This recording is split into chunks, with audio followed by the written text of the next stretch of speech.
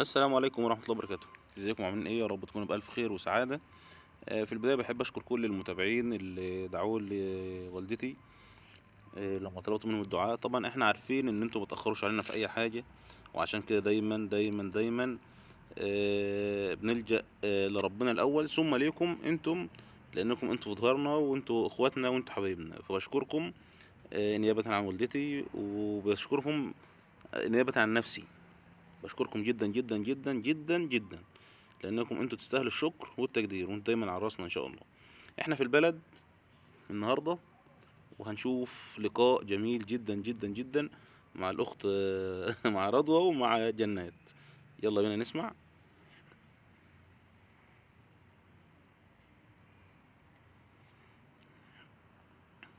هنسمعهم يتكلموا كلمتين كده على السريع، كل واحدة فيهم تتكلم كلمتين.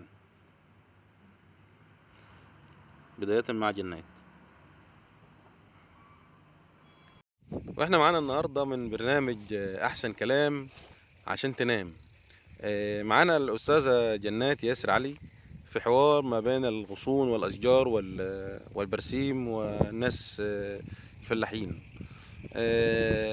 سؤال يا أختي جنات، أنت بتحب ماما؟ أجل. بتحبها جدين؟ بتحب ماما جدين؟ قد البحر وسمكته. ها؟ قد البحر وسمكته. أيوه، بس كده؟ يعني قد البحر وسمكاته بس؟ مم. طب وأبوك؟ برضه قد البحر سمكته. وسمكاته. مم. طيب. طب ايه رايك في البلد بعد ما سبتها سنه بحالها؟ حلو. بصي لي هنا للكاميرا يا جماعه. جنات بقى لها سنه بالظبط بره البلد، واول يوم لها في البلد النهارده. انت ايه رايك في البلد؟ صحيح وحشتك البلد؟ اه. كنت عايز تسيب البلد؟ اه. طب بص لي. طب البلد احسن ولا هناك بصراحه؟ هناك. ليه بقى هناك احسن من البلد ليه؟ مفيش هيصة. اه، الشوارع واسعة. بس مفيش هنا خضره زي هنا. اه. يمكن هو دي الفرق الوحيد، يعني هو دي اه. بصراحه هو الفرق الوحيد، ان هناك لو في خضره زي هنا او مساحه اكبر في الخضره زي هنا كان هنبقى الجو احسن، وبعدين الجو هنا الطف شويه. هناك حر جامد، يعني احنا كنا جينا امبارح الجو حر موت، انما لما جينا هنا الجو تلاقينا سقعه. بعد المغرب تلاقينا الجو ده في بروده شويه. حتى النهارده الجو عامل ازاي؟ يعني الجو ما شاء الله كله في سحب وحياة اهو، والجو هذا لطيف خالص. انما امبارح الحراره هناك كانت شديده. صح كده؟ انت عاوز تقول كده صح؟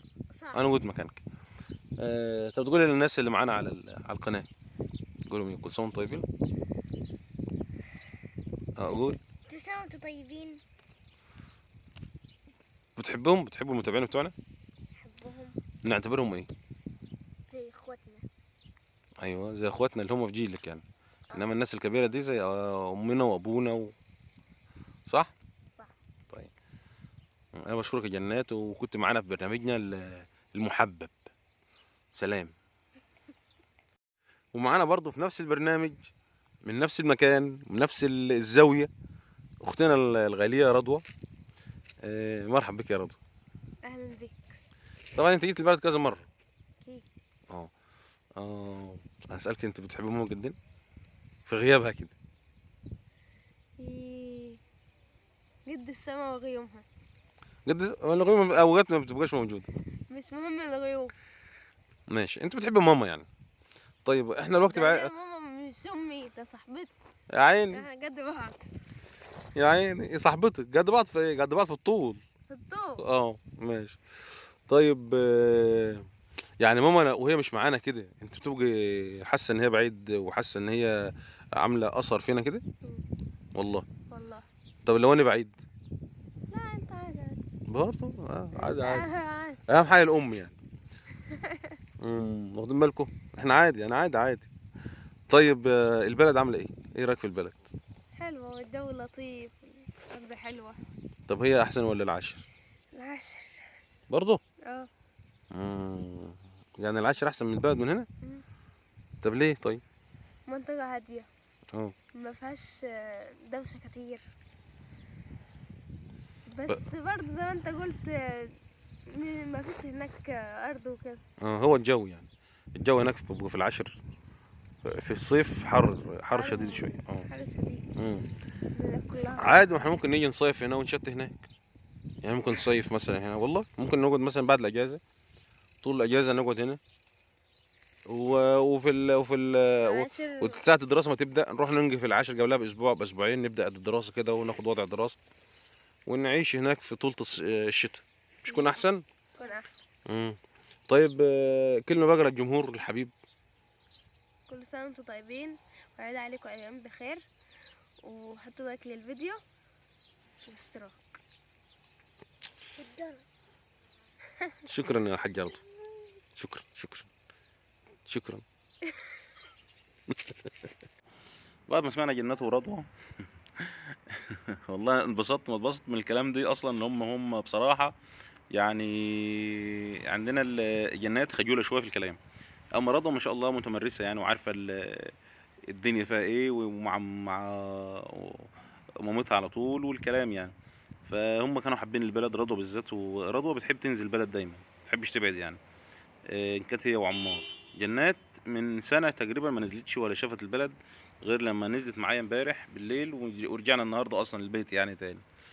آه، يا جماعة والله العظيم شفتوا الخضرة الخضرة والحاجات ديت، هي بتشد بصراحة.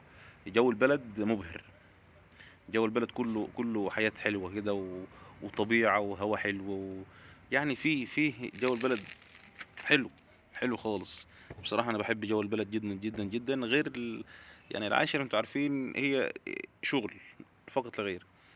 مفيش صحوبيات، مفيش حاجات من دي، إنما البلد طبعا إحنا كلتنا يعتبر عائلات كده، كل واحد عارف عيلته، وكل واحد عارف ناس وصحاب، وبيروح يقعد معاهم، بيجي يقعدوا معاه كده يعني. غير العاشر، أو غير المدينة عموما يعني. دي بالنسبة للبلد. في بقى كلمتين أنا حابب أقولهم، يعني كلمتين كده لله تعالى يعني، مش اكتر. في ناس مش حاسه بقيمه امهم وابوهم، في ناس مش حاسه بقيمه الاب والام في حياتهم. ناس كبيره برضو، ناس مش صغيره. يعني لما يكون ناس كبيره مش حاسه بقيمه الاب والام، احنا نستنى ايه من الشباب الصغير اللي هو اصلا المفروض ان احنا قدوه ليه، واحنا اللي بنخليه يحافظ على امه، ونحط فيه الحاجات اللي هي اللي ترسخ فيه حته الام والاب، ان هي اصلا من الكبائر ان انت تبعد عن امك وابوك، او هقول إيه، او تعاقهم يعني. ان هي من الكبائر، من الكبائر يعني. كلمة كبائر حاجة كبيرة، كبيرة خالص عند ربنا. فهو انت يعني، انا لما اكون انسان كبير ومش عارف مثلا ابر ابويا وابر امي، انا مستني ايه من ولادي؟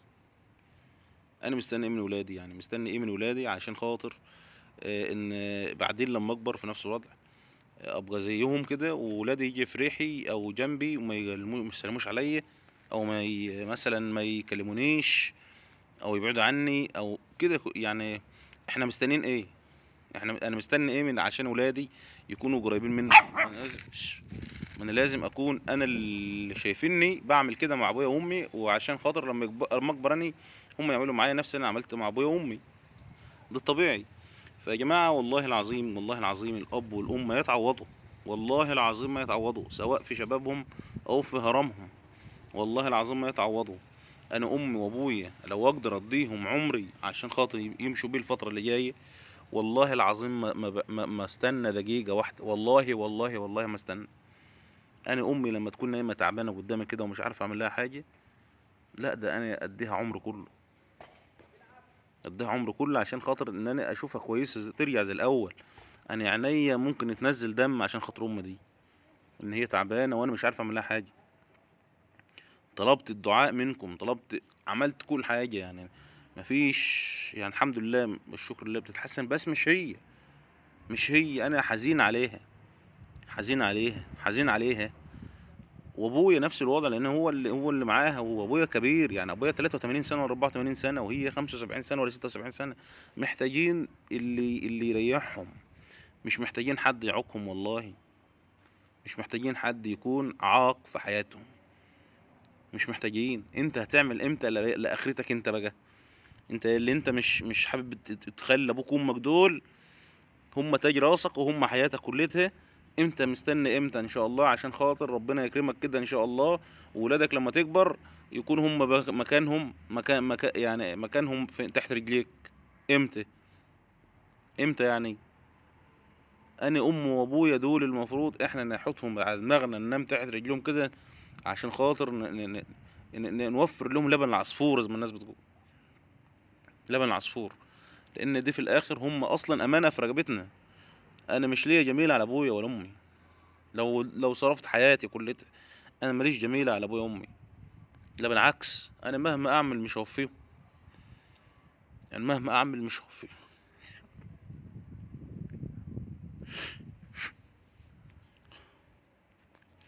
مهما نعمل مش هنوفيهم.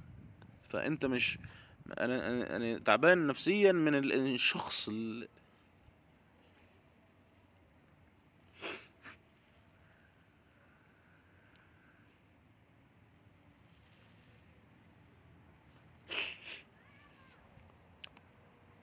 حول ولا قوه الا بالله. تعبان نفسيا من الشخص اللي هو مش حاسس ان ابوه وامه اصلا مش محتاجين الا كلمه في عمر، في عمر خلاص. يعني انت عمره خلاص ما انتش ضامن بكره الصبح.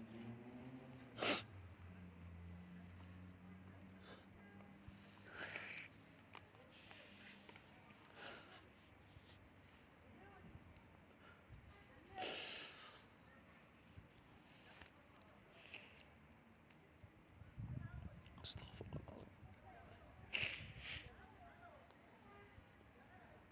انتش ضامن بكره الصبح هتشوفهم ولا لا.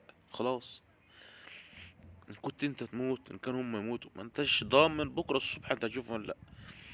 انت هتبقى شكلك ايه لما ابوك يموت وانت غضبان، هو غضبان عليك؟ وهتبقى واقف في عزاه ازاي، او ماشي في جنازته ازاي؟ ازاي؟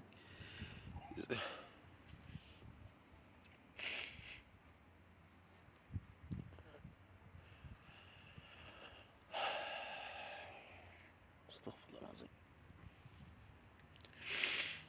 يلا يا رب اشفيها ويعافيها يا رب، يا رب ما يحوجهم لحد.